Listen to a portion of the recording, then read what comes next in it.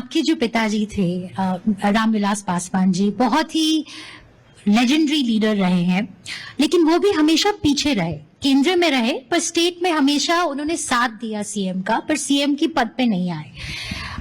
आपकी पार्टी ने मांगा है कि उनको भारत रत्न दिया जाए, तो उसके बारे में थोड़ा कुछ बताइए। और मैं ये बोलना चाहूंगी कि जैसे अभी आप कह रहे हैं कि आप सीएम नहीं बनना चाहते, then you are following your father's footsteps once again.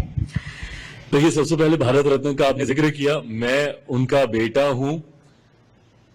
मेरा तो ये लालच रहेगा ही कि मेरे पिता को देश का सर्वोच्च सम्मान दिया जाए, बट व्यक्तिगत भावनाओं को एक तरफ रखते हुए मेरी पार्टी ने भी विधिवत तरीके से इसकी मांग रखी है सामने। और कारण है 50 साल से ज्यादा, ओवर 5 डेकेड्स राष्ट्रीय राजनीति में उनकी एक सक्रिय भूमिका रही।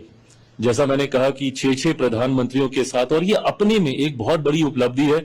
इसी की वजह से उन्हें मौसम वैज्ञानिक भी कहा जाता था। बट अगर भारत की राजनीति में अगर आप राजनीतिक नब्ज को समझ पाए तो ये अपने में भी एक बहुत बड़ी कला होती है।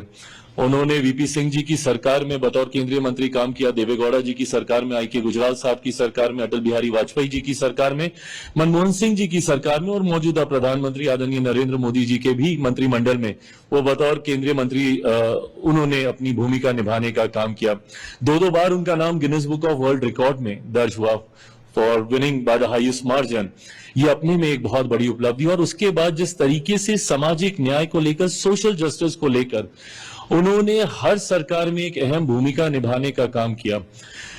आज की तारीख में शायद लोग इस बात का महत्व भी नहीं समझ पाए, बट आज जब कांग्रेस और ये तमाम नेता संविधान को लहराते हैं और बाबा साहेब का नाम लेते नहीं थकते। कल भी राहुल जी मेरे ही राज्य गए हुए थे और वहां पर जाकर वो जय भीम के नारे लगाते हुए बाबा साहेब के विचारों को वो याद कर रहे थे। ऐसे में सवाल उनसे भी बनता है कि आप जिनकी बात कर रहे हैं वो हमारे संविधान के निर्माता है, संविधान के रचयिता है, पर उनकी एक भी तस्वीर भारत की संसद में 89 तक नहीं थी। 89 तक उनकी एक भी तस्वीर भारत की संसद में नहीं थी, जबकि एक पार्टी के तो भूल जाइए, एक ही परिवार के 3 नेताओं की बतौर प्रधानमंत्री तस्वीर भारत की उस सेंट्रल हॉल में थी।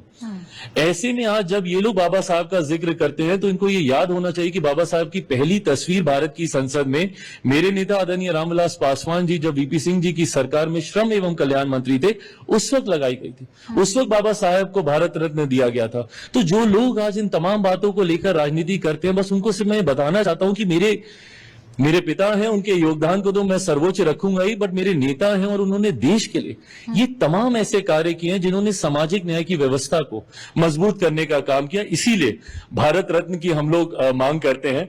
बट आपका जो पहला प्रश्न था कि मैं अगर बिहार नहीं जाऊंगा तो कारण वही होगा कि पापा भी यहीं पे थे।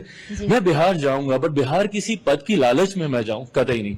बिहार में बिहार फर्स्ट, बिहारी फर्स्ट की सोच को कैसे धरातल पर उतार पाऊं, इस व्यवस्था के निर्माण के लिए जाऊंगा।